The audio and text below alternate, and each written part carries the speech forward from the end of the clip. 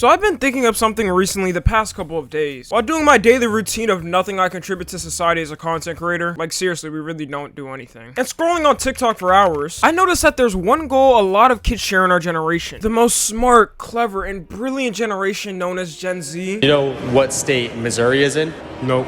What country did America get their independence from? I don't know, France. Me personally, I don't want to be with anybody who's not biologically born a woman. You cannot be fucking biologically born a woman.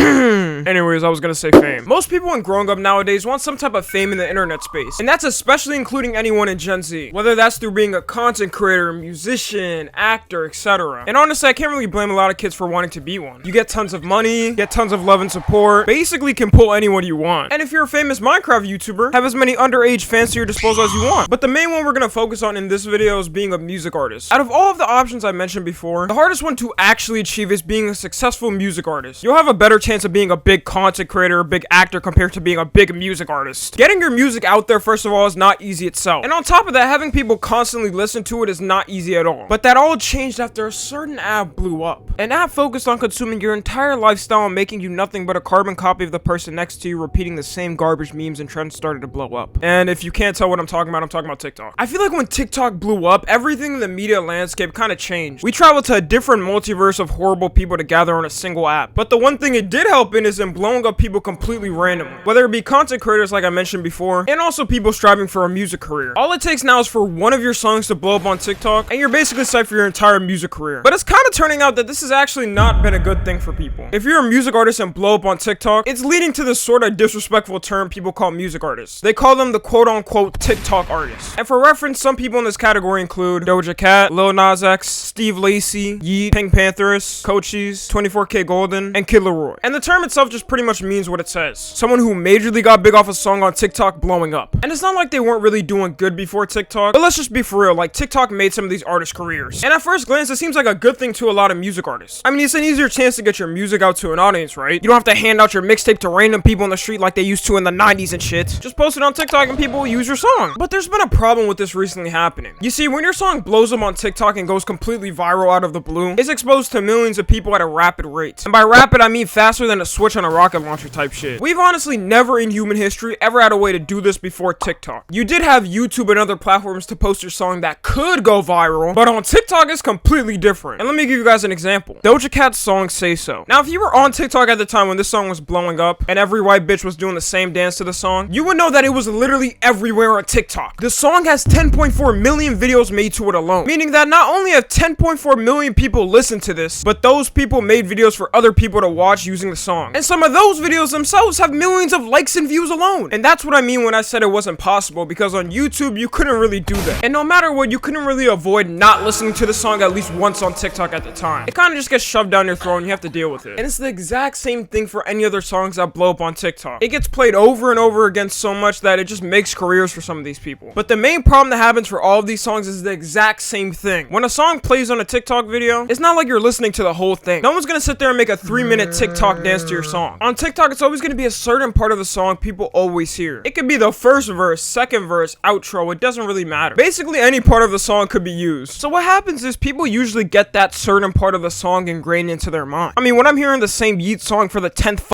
time that day, I'm only gonna remember the part that's being played. The brain remembers what it hears constantly and constantly again. And that's when your song pretty much just ends up being a quote-unquote TikTok song, because people just remember one part of the song that's played over and over again. To be honest, it wouldn't be that bad if these artists didn't hold any concerts, but a music artist not holding concerts is like a YouTuber expecting to get paid from not making videos. And some of these concerts are becoming so embarrassing. The example I'm gonna use here is Steve Lacy. So if you don't know who Steve Lacy is, his songs have been exploding insanely due to TikTok. It's like the same thing that happened with Doja Cat in 2020. Now I can't play the song here for obvious reasons. Susan's copyright team is watching me in the corner with a red dot pointed to my head. But just search up Steve Lacy Bad Habit and I guarantee you've heard the song at least once on TikTok. Anyways, in the past couple of days, Steve Lacy has been going viral for something that's been happening at his concerts. And it's honestly just so saddening to watch. Pretty much there's been multiple times where he's performed the song Bad Habit at his concerts, which is that TikTok song I'm talking about. And for the first couple seconds of the song, everything is going pretty smooth. The whole crowd is singing along and seems to know every word for word and bar for bar. But after the first verse of the song ends, it just goes completely dead silent in the crowd and no one is singing along. You would honestly think they came to the wrong concert or something. An update on this, apparently it's not copyright, so I'm about to play the footage next and just prepare. This is exactly what I'm I'm talking about.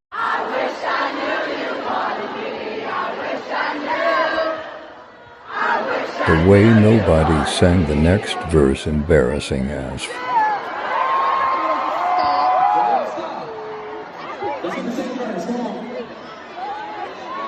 Like, bro just stands there like, alright, y'all. The joke is up. You can keep singing along. We got like 10 other songs from the album to perform, so, you know, prepare for him.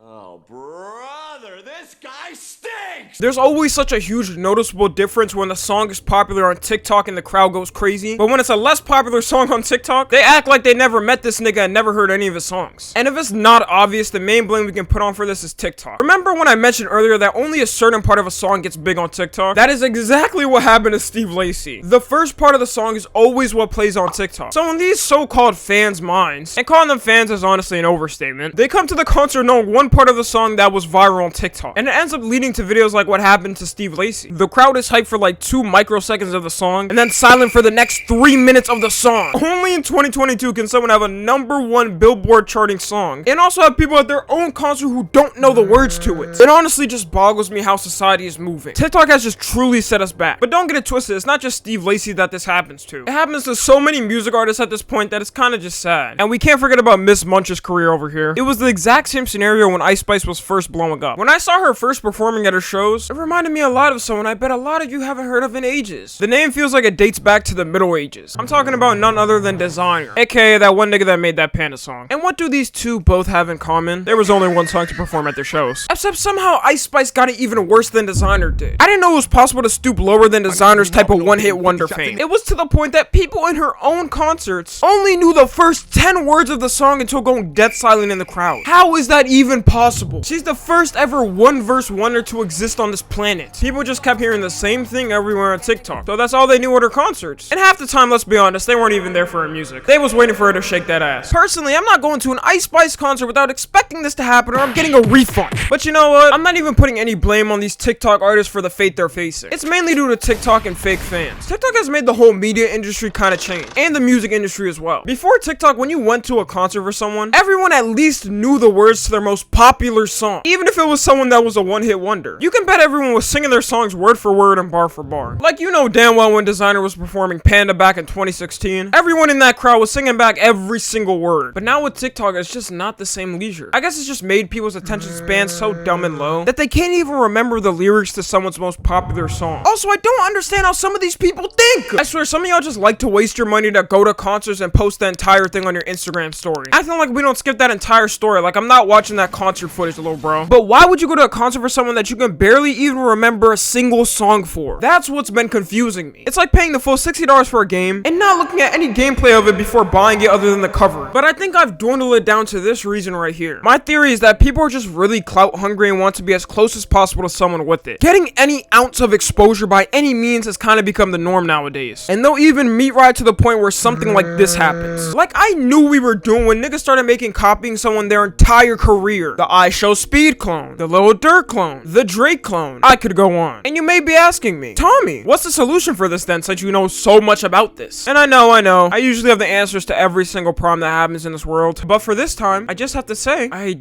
don't know. TikTok is only going to continue to keep growing. Music artists are going to continue to keep blowing up from TikTok, and there's nothing we can really do about it. Yeah, I never said I had a solution to this, bro. TikTok is pretty much a double-edged sword for music artists. It's good for the fact that you can basically go from being a complete nobody with no career to the next day blowing up and becoming the next biggest thing. But it's a bad thing because you have to think of things like longevity. How long is a song going to last? How long are you going to stay relevant because of it? How long until people move on to the next thing? I don't think many artists have like a GTA heist plan just laid out and prepared in case if this happens to them. Also, I don't think it's easy to grow a true fan base when blowing up from a song on TikTok. It's rare that you can keep up that momentum going from your first blow up. Although a lot of people I mentioned earlier has managed to keep up with it, there's so many artists that have one song blow up from TikTok and fade away into nothing. An example of somebody like this is somebody named Arizona Zavaris. Now, a lot of y'all may not even know that name, but he made this one song called Roxanne. And if you were on TikTok at the time, everyone was hearing that song Roxanne. And if you compare it to his new music, none of his songs have even gotten close to reaching the exact amount of fame that song got him. He's always going to be known as the dude that made that Roxanne song. And that's no disrespect to the guy, he actually does have a lot of good songs. They're just known as the people who made that quote-unquote TikTok song. Everyone is just gonna come up to them in public and be like, hey yo, wait, I feel like I know you from somewhere. Aren't you that one nigga that made that TikTok song? couldn't imagine how I would feel if everyone just referred to me as the guy who made that one TikTok song. I just wouldn't be able to live on this planet anymore. I'd rather wait years to build up a solid fan base than ever have that shit happen to me. But I guarantee that actual scenario has happened to one of these music artists before. So I don't know, man, the future for these music artists is not looking well. I feel like in the distant future, this is just gonna be the fate of every song. People are gonna know that one popular part from TikTok and not know a single word for the rest of the song. Anyways, that's the end. Follow my Instagram, Twitter, and TikTok. As always, I love you guys consensually. And until next time, I'm out.